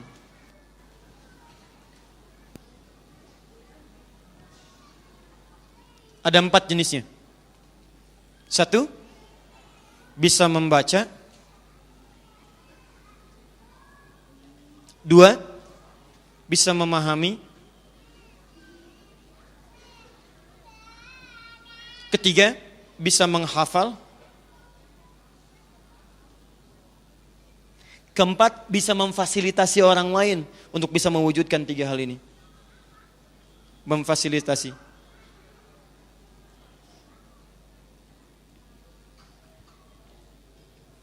Kalau ini mau dijadikan 4M supaya mudah misalnya, dipahami 4M. 1, membaca. 2, memahami. 3, menghafal. 4, memfasilitasi orang lain untuk bisa mendapatkan 3 hal terdepan. Fokus. Ibu baca misalnya amalan pertama, Anda mulai belajar, walaupun gak apa-apa, terbata-bata gak apa-apa. Ya, mau terbata-bata, tersemen-semen, ya, tergenteng-genteng gak ada masalah. Pokoknya Anda mulai. Dan itu sangat diapresiasi. Kalau Anda memulai dengan terbata-bata, bahkan pahalanya 2 kali lipat. Ya, hadisnya di At-Tirmidzi, nomor hadis 2920. Walladzi yatata'ta wa huwa 'alaihi syaqqun falahu ajran. Orang yang memulai baca Al-Quran walaupun terbata-bata, maka oleh Allah akan diberikan 2 kali pahala lipat, 2 kali lipat pahala orang yang lancar. 2 kali lipat. Jadi kalau yang lancar alif lam mim 30. Yang tidak lancar alif lam mim 2 kali lipat dari yang lancar. Kalau gitu saya nggak lancar aja Ustaz ya. Maksudnya diapresiasi dengan keinginannya untuk berjuang bisa membaca dengan baik. Adapun yang sudah lancar dapat sekali pahala tapi hidupnya akan disertai oleh malaikat. Ma'asyafaratil kiramil bararah. Tahan. Ibu, saya kasih amalan ya, kita praktek ya. Siap praktek insya Allah? Saya tidak ingin hanya menyampaikan sesuatu tapi ibu tidak komitmen mengamalkannya. Kalau seperti itu saya tidak senang untuk datang kembali. Jadi apa yang saya ajarkan, ibu tuliskan, lalu buat tabel untuk amalan, kemudian dipraktekkan. Siap insya Allah? Baik, sekarang saya berikan contoh prakteknya. Lihat sini. Membaca. Sekarang hari apa? Sabtu. Besok hari apa? Baik, hari Ahad ya. Ya, kalau hari Minggu untuk turut ayah ke kota ya. Ini hari Ahad. Naik delman silakan hari Minggu ya. Ini hari Ahad. Ya.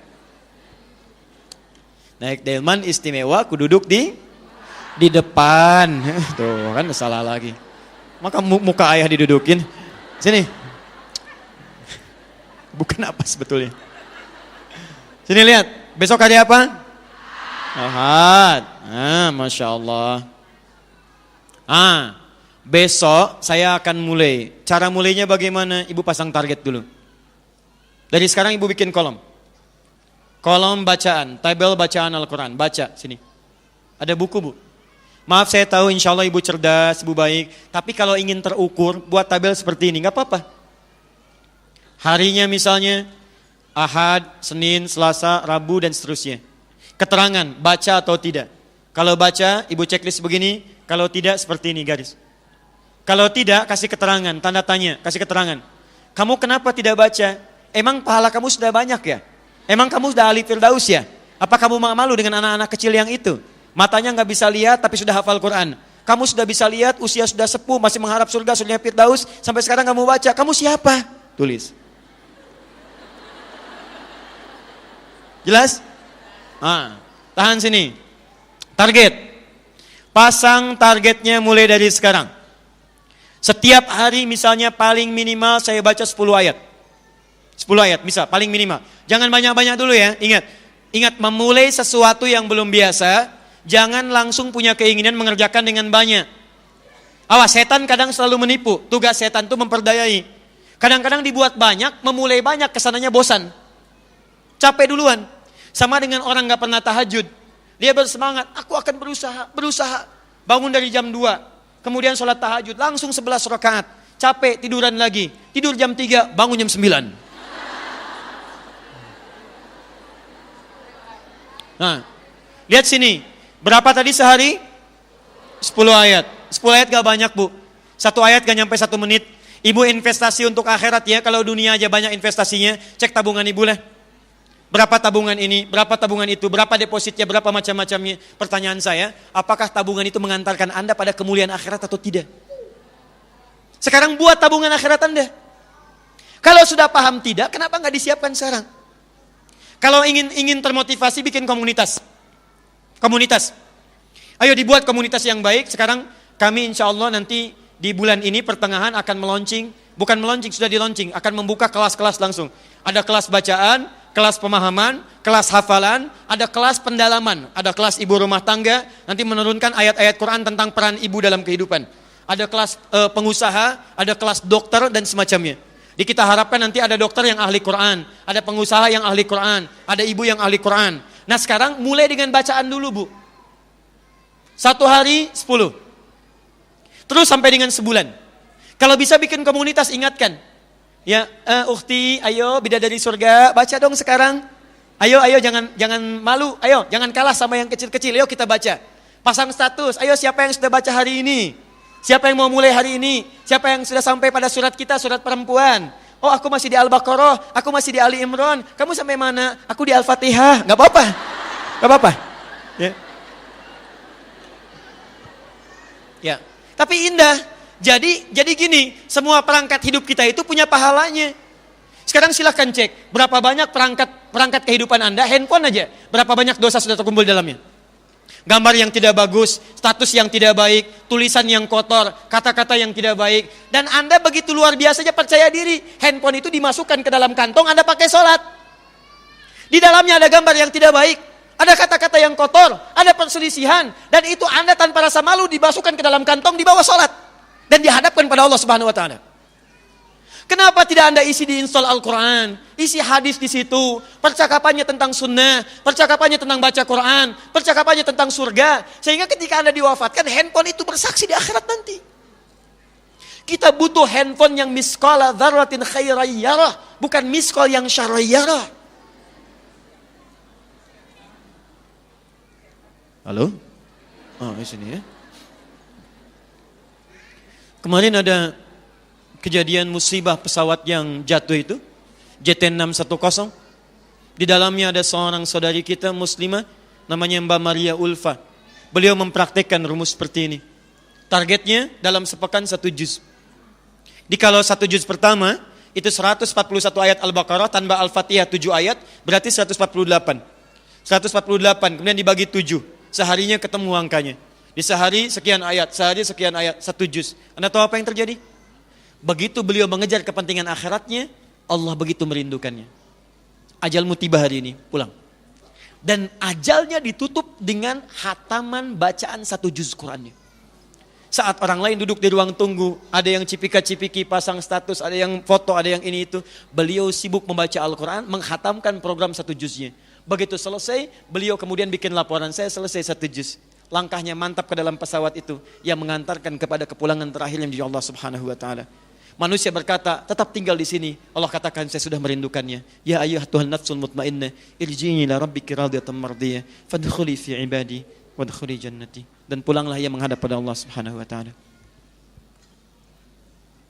Saya cuma pengen tanya, waktu nanti ibu akan wafat berada di mana? Dan jangan pernah Anda wafat dalam keadaan sedang berbuat maksiat. Makanya kalau ibu terfikir berbuat maksiat, bayangkan saat itu akan wafat. Menulis yang buruk tentang orang lain, bayangkan kalau saya tulis ini saya wafat bagaimana? Nonton acara yang tidak baik, ada gibah, ada gosip, ada macam-macam, bayangkan. Kalau Anda diwafatkan pada saat itu bagaimana? tiap pekan ikut pengajian, tiap pekan baca Al-Quran, tapi wafat dalam keadaan maksiat, apa tidak malu di hadapan Allah Subhanahu Wa Taala? Komitmen, saya tidak Ustaz, saya tidak akan mengulangi itu. Insya Allah, saya komitmen, bagus. Tidak seperti ibu itu tuh Ustaz, dia tidak baik sebetulnya. Sudah, sini ya, paham ya? Baik, siap insya Allah? Baik, SAP Muslimah ada berapa jumlah anggota kelompoknya? Banyak, baik. Berapa kurang lebih? Nanti saya tanya panitianya ya. Saya pernah kasih hadiah mushaf belum? Belum? Ya. Berapa jumlahnya?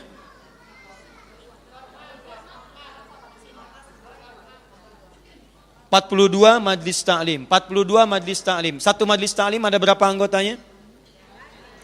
Banyak, baik. Gini, khusus SAP Muslimah, 42 majlis ta'lim. Saya hitung setiap majlis ta'limnya mendapatkan 100 mushaf. Kami hadiahkan 4.200 mushaf. Siap ya? Jadi setiap majlis ta'lim mendapatkan 100. Nanti kami kirimkan insya Allah. Tapi saya pengen komitmen. Saat saya kirimkan itu semua, ibu sudah siap menjalankan program ini. Siap insya Allah? Ulangi, siap insya Allah? Baik, saya yang kirimkan mushafnya. Kemudian Anda gunakan itu untuk membacakan dan mencari bekal-bekal untuk akhiratnya. Baik. 2. Memahami. Pelan-pelan.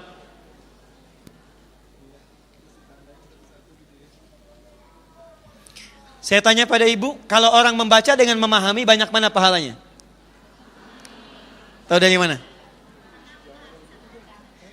Lihat sini. Orang yang memahami dengan membaca, maka akan lebih tinggi orang yang memahami dibandingkan sekedar membaca. Orang yang membaca, sekedar baca saja. Orang yang memahami, pasti dia baca.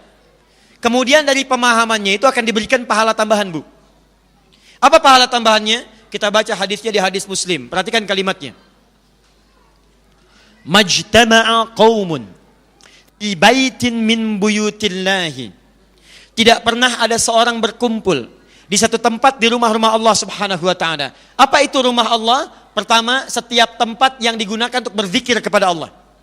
Jadi kalau ada tempat digunakan khusus untuk berzikir, maka itu disebut dengan rumah Allah. Jenisnya ada 3, bisa masjid, bisa musalla, bisa mihrab. Masjid misalnya, Quran surah ke-9 ayat ke-18. Innama ya'muru masajidallah, masjid. Musalla, Quran surah ke-2 ayat 125. Ya, wa idz ja'alna al-baita mathabatan lin-nasi wa amna wattakhidhu min maqami Ibrahim musalla. Mihrab misalnya, mihrab, Quran surah ke-3 Ali Imran ayat ke-39. Fanadatul malaikatu wa huwa qa'imun yusalli fil mihrab. Sekarang perhatikan baik-baik. Masjid seperti ini, fasilitas umum. Musalla bisa dibuat di kantor, bisa di mall, bisa di mana-mana. Mihrab ini yang sering keliru. Mihrab itu bisa dibuat bahkan di masjid, di musalla atau di rumah. Ya, jadi mihrab itu tidak harus dibuat di masjid saja. Ibu boleh, Bu, tidak harus ada ruangan. Misal sehamparan sejadah boleh. Ya, boleh. Tapi khususkan untuk kepentingan ibadah saja. Tempat yang dikhususkan untuk kepentingan ibadah, di situ saja itu disebut dengan mihrab namanya. Ibu kenal Maryam? Kenal. Masya Allah. Cuma jamaah satu shaf yang kenal Maryam alaihissalam. Kenal di mana, Bu? Ya. Tuh. Maryam saat tumbuh, kemudian beribadah, oleh bapak ibunya dibuatkan mihrab. Bukan di masjid. Maryam punya mihrab. Silahkan ibu buka Quran surah ketiga Ali Imran ayat 37, paling kiri sebelah bawah. Fataqabbalaha rabbuha biqabulin hasanin wa ambataha nabatan hasana wa kaffalaha Zakaria kullama dakhala 'alaiha Zakaria al-mihrab wajada 'indaha rizqa. Bikin mihrab boleh. Tapi di mihrab ini yang digunakan hanya untuk ibadah saja. Saya berikan rahasia ya. Tapi tolong jaga, ini antara kita saja. Lihat sini. Mihrab satu-satunya tempat yang disebutkan dalam Al-Quran. Kalau ibu bisa benar-benar maksimalkan ibadah di dalamnya, maka akan diberikan 2 kemuliaan sekaligus. 1, akan cepat dikabulkan doa di dalamnya. Dikabul doa. Enggak, serius ya. Anda pahami dengan baik, amalkan dengan ikhlas, maka Anda akan lihat apa yang terjadi. 2, Mihrab itu tempat yang sangat cepat mendatangkan rizki.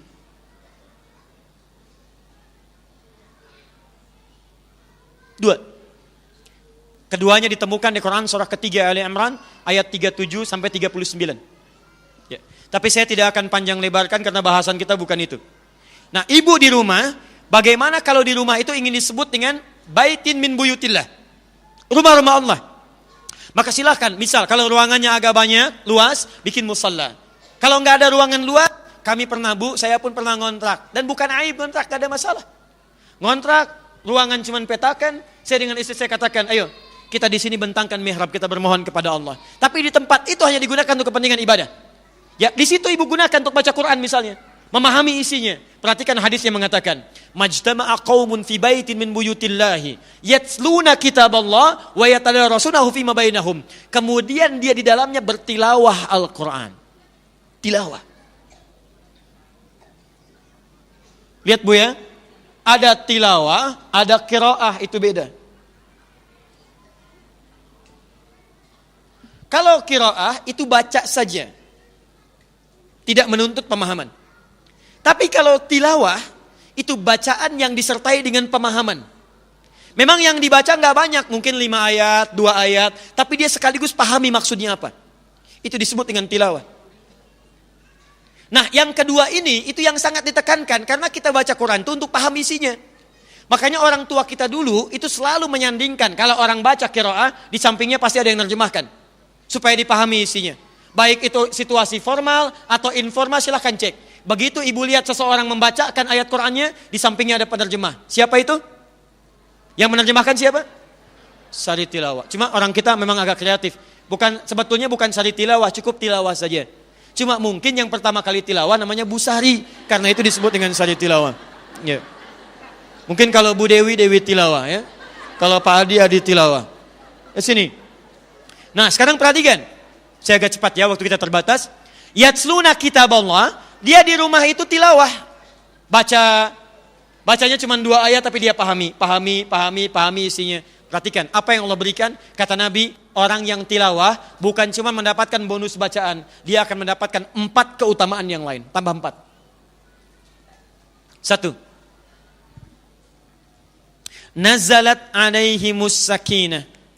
Akan diturunkan sakinah, ketenangan dalam jiwa-jiwa orang yang senang memahami isi Al-Quran. Ibu kalau nggak percaya silakan ya. Ibu baca surat Ad-Duha, yang satu baca saja, yang kedua lihat terjemahan dan pahami isinya. Begitu Anda selesai baca Ad-Duha dengan terjemahannya, tafsirnya, paham isinya, sentuhan ke hatinya akan lain. Akan beda. Kalau di rumah tangga biasanya mengharapkan apa? Ketenangan apa? Sakinah. Nah, keluarga sakinah itu salah satu caranya kata Al-Quran, perhatikan caranya, kata Nabi, itu bisa didapatkan kalau satu keluarga itu sering mengkaji isi Quran. Saya tanya pada ibu deh, berapa tahun ibu sudah menjadi ibu? Belasan tahunkah, puluhan tahunkah? Pernah enggak mengeluarkan ayat tentang ibu? Gak usah banyak-banyak lah. Jangan tinggi-tinggi. Misal keluarkan ayat tentang keluarga. Ayah, ayat tentang ayah. Ibu, ayat tentang ibu. Anak tentang ayat anak-anak. Turunkan semua perannya. Hari ini Anda belajar tentang ibu, apa fungsi ibu dalam kehidupan. Jangan-jangan Allah masih berikan kesempatan ibu untuk hidup. Karena ada sebagian peran ibu yang belum terlaksanakan sampai hari ini. Dan itu akan ditanya. Keluarkan. Ini saya sebagai istri, begini kewajibannya. Sebagai ibu, begini kewajibannya. Ini ayah seperti ini. Lalu saling mengoreksi. Masya Allah, indah sekali. Papa, selama ini mama harusnya begini. Tapi mama sering menyimpang dari ini. Emang. Oh, enggak apa, bukan itu. Maafkan mama ya Pak ya. Sudah mah, tidak usah dipikirkan. Papa juga sama sering salah. Tuh kan ngaku, bukan begitu. Ya sudah, papa juga sering salah. Mulai sekarang kita berubah mah. Kita bersama-sama meniti surga yang kita rindukan. Insya Allah papa akan gandeng mama masuk ke dalam surga. Mama bidadari papa, papa pangeran mama. Masya Allah. Anak-anaknya mengatakan, terus kami kemana?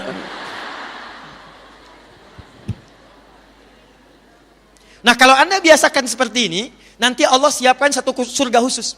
Satu surga khusus untuk keluarga besar. Nanti lihat di Quran surah ke-13 ayat 23 sampai 24. Quran surah 13 ayat 23 sampai 24. Keluarga ahli Quran. Perhatikan baik-baik.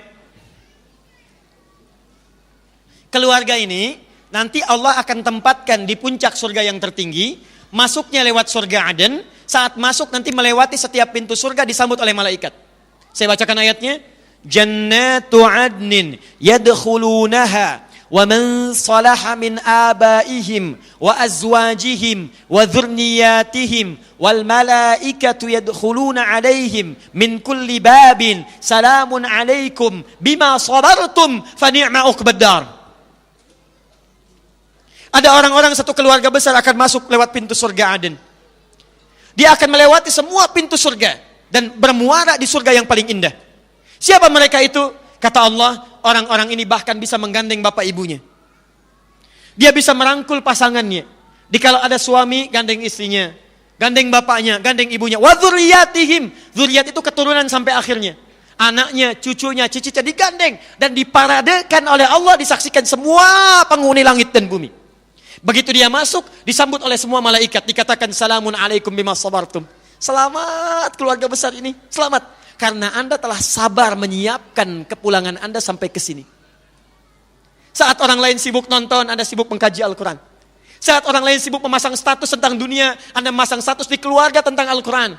Bapak mengingatkan anaknya, nah sudah berapa juz sekarang? Anaknya mengingatkan ayahnya, ayah jangan lupa baca Quran hari ini. Ayah di jalan ada 5 lampu merah, setiap lampu merah Nanda sudah siapkan USB Qurannya. Ayah tinggal pasangkan saja. Ingat ya ayah, 1 lampu merah, 1 ayat. Kita nanti akan pulang, kita cek sama-sama hafalannya. Tidak ada yang paling indah.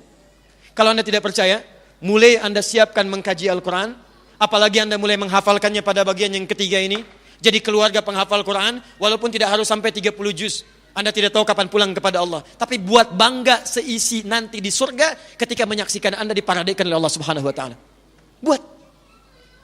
Ayo nak kita lomba yuk. Hari ini kita akan berlomba menghafal surah Al-Humazah. Yang pendek-pendek dulu. Menghafal surah Ad-Duha, ayo. Nanda berangkat ke sekolah, hafalkan. Ayah berangkat ke kantor, hafalkan. Kita pulang ke rumah, kita hafalkan sama-sama. Dan nanti mama yang akan melihat kita semua. Ada seorang istri, ini kisah nyata, menikah dengan seorang suami. Maksudnya suami istri sudah menikah. Keduanya sudah menikah. Kemudian istrinya mengatakan pada suaminya, sayang, kita ingin pulang kepada Allah dengan penuh kebanggaan. Kamu menghafal Quran ya? Didorong oleh istrinya. Siap, insya Allah aku akan menghafal. Begitu kemudian dia berangkat, support lagi. Hafal sampai dia selesai hafalan 30 juz. Begitu sampai 30 juz, Masya Allah. Bangganya luar biasa, bahagia, senang pulang ke rumah. Istrinya mencium tangannya, mengucapkan selamat, bahagia, keduanya berdoa. Tiba-tiba saat akan berangkat ke tempat kerjanya lagi, dia tak sengaja membuka lemari. Ketika akan mengambil sebagian dari tempat map yang dia punya, tak sengaja dia membuka sebuah laci, ditemukanlah ternyata istrinya sudah hafal Quran dengan 7 riwayat. Dan menyembunyikan itu dari suaminya. Supaya memotivasi suaminya untuk berada di level yang sama. Itu indah. Itu luar biasa. Jadi kalau Anda merasa lebih, berikan kelebihan itu pada pasangan Anda. Berikan pada anak-anak Anda dan masuk surga bersama-sama. Ya, saya satu malam pulang dari ta'lim. Malam-malam saya lihat sudah istirahat anak saya, kemudian istri saya pandangi wajahnya satu-satu. Tengah malam saya lihat, saya katakan, ya Allah, apakah saya akan bersatu lagi dengan mereka nanti? Maka saya dengar suara sayup-sayup speaker aktif. Kami pasang di rumah itu speaker aktif Quran. Di rumah ada speaker aktif, di ruang tengah speaker aktif. Kemudian saat saya masuk, saya tunjuk itu. Kamu benda, tidak dihisab.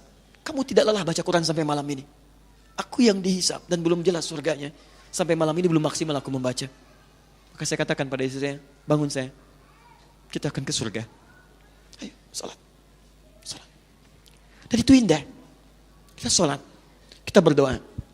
Kita bangunkan anak-anak. Menjelang subuh kita siapkan. Dan kita katakan, rumah kita bukan di sini. Kita akan pulang ke tempat yang lebih baik lagi. Dan itu insya Allah akan memberikan dorongan-dorongan yang lebih kuat.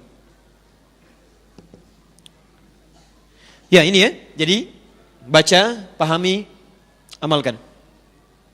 Dengan menghafal. Ya, sekarang menghafal banyak bu. Kalau nggak dimulai ibu ketinggalan sekarang. Ya Masya Allah saya kalau lihat di masjid itu, di tempat ada di dekat kami, ada di Al-Ihsan. Itu sore-sore itu bu, 70 sampai 100 orang datang.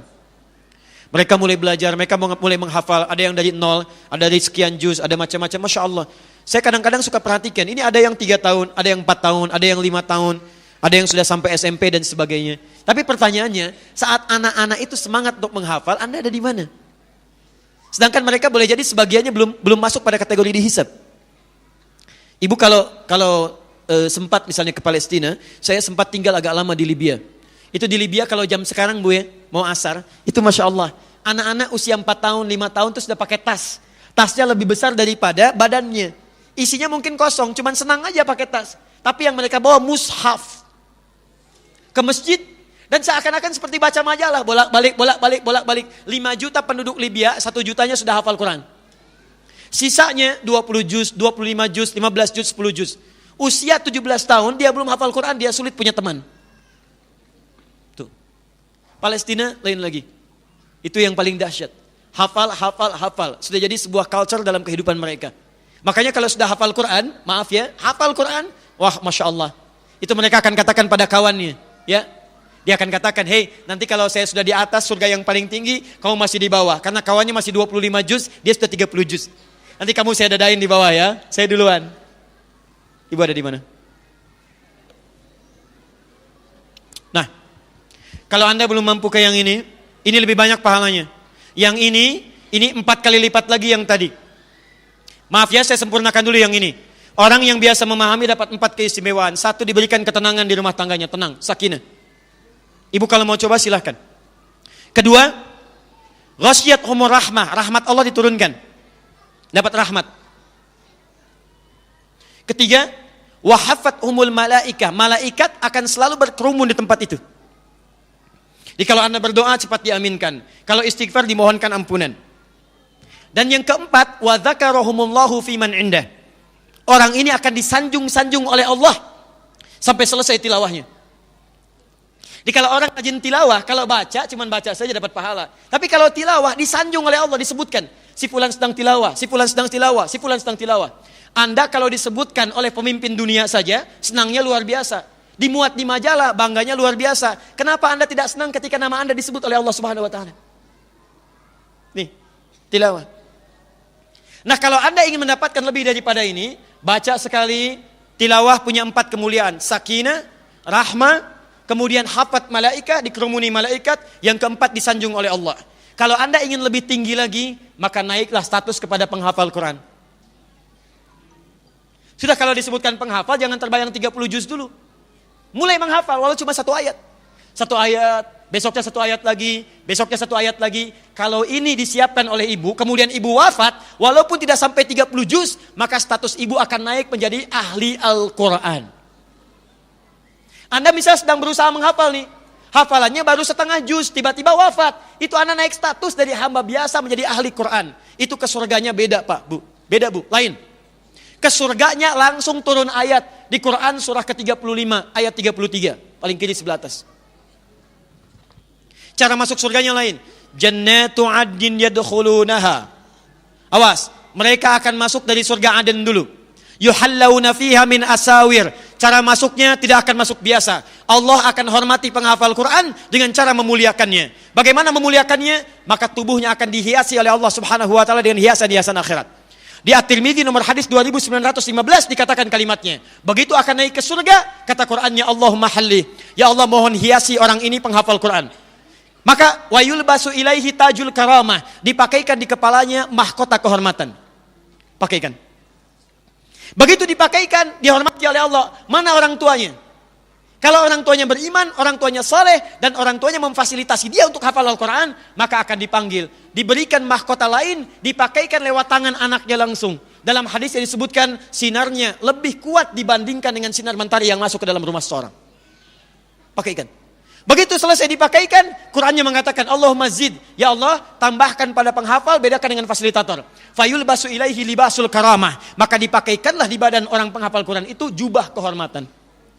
Setelah dipakaikan yuhallawna fiha, ada gelang-gelang, ada macam-macam. Baru dia akan pimpin keluarganya naik ke atas surga. Saat naik itulah difirmankan, waqra waqar, fa inna akhiru qiraatika akhiru manzilatika.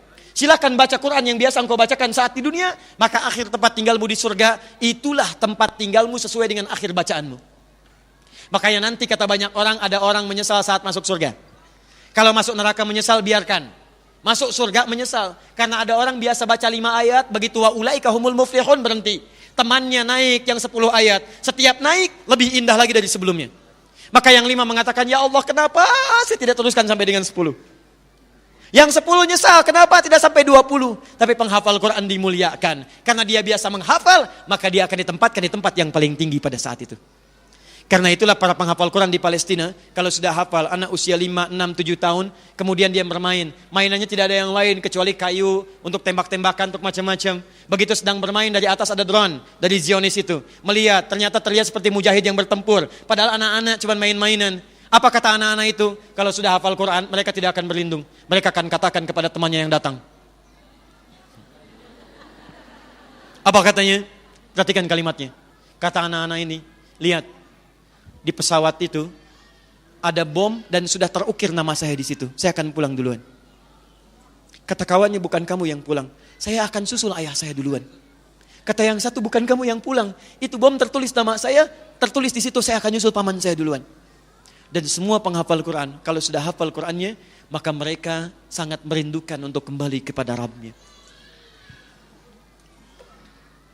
Maka dari itu, saya bermohon pada Allah Subhanahu wa Ta'ala, semoga Allah membimbing kita untuk beramal dengan cerdas dalam waktu yang sangat terbatas. Kita tidak tahu kapan kita pulang. Mungkin harap-harap ibu disertai dengan keluarga, begitu masuk mobil yang menjemput misalnya malaikat maut. Bisa juga demikian. Atau pulang ke rumah berharap tidur masih panjang, ternyata boleh jadi Allah menginginkan kita untuk kembali. Karena itu beramalah dengan cerdas. Yang baru saya sampaikan, ini baru satu amalan, ada 9 amalan lagi di antara sekian yang telah kita uraikan. Baik, saya sampaikan, maaf, komitmen siap insya Allah kita mengamalkan. Kalau tak mampu menghafal, mulai memahami. Kalau tak mampu memahami, mulai dengan membaca. Kalau belum sempat membaca, maka berinfaklah Anda memfasilitasi setidaknya untuk orang yang ingin membaca, memahami, atau bahkan menghafalkannya. Siap insya Allah? Alhamdulillah. Saya sudah dapat memo bahwa Ustadz 5 menit lagi. Baik ya? 5 menit ini barangkali sudah selesai. Baik, dari sini sebelum saya tutup, saya ingin menginformasikan bahwa insya Allah malam nanti kami di Masjid Al-Ukhwah membahas tentang pahlawan dalam Al-Quran dan Sunnah. Kemudian saya berikan berita gembira, setelah nanti mushafnya siap, kami kirimkan nanti ke panitia kajian, insya Allah akan dibagikan pada setiap kelompoknya. Nanti kalau ingin bergabung dengan kelas-kelas yang kami telah siapkan, nanti di Bekasi kami siapkan kelas khusus untuk perempuan, sekarang sedang dibangun. Di atasnya nanti ada asrama-asrama, di bawahnya ada kelas. Nanti ada program menghafal Quran dalam 30 hari. Yang jauh-jauh bisa menginap, itu khusus yang akhwat, yang ikhwan juga ada nanti. Akan dibimbing nanti oleh seorang ustazah juga perempuan juga. Ya, ke bawahnya perempuan. Itu nanti insya Allah gratis, tidak ada biaya. Dan nanti insya Allah mudah-mudahan ada perbedaan dalam pelajaran yang disebutkan di dalamnya. Baik, yang terakhir, Nabi menutup ta'limnya dengan 3 cara. Bisa cukup dengan hamdalah, bisa dengan kafaratul majlis, bisa juga berdoa dengan yang khusus kemudian diikuti oleh para sahabat. Saya memohon untuk menggabungkan ketiga hal ini. Semoga Allah muliakan kita semua dalam pertemuan kali ini. Baik, ibu sekalian yang dicintai oleh Allah Subhanahu wa taala, kita akhiri, Rabbana atina fid dunya hasanah wa fil akhirati hasanah wa qina adzabannar. Allahumma taqabbal minna innaka antas samiul alim wa tub alaina innaka antat tawwabur rahim. Allahumma 'allimna ma jahilna wanfa'na bima ta'allamna.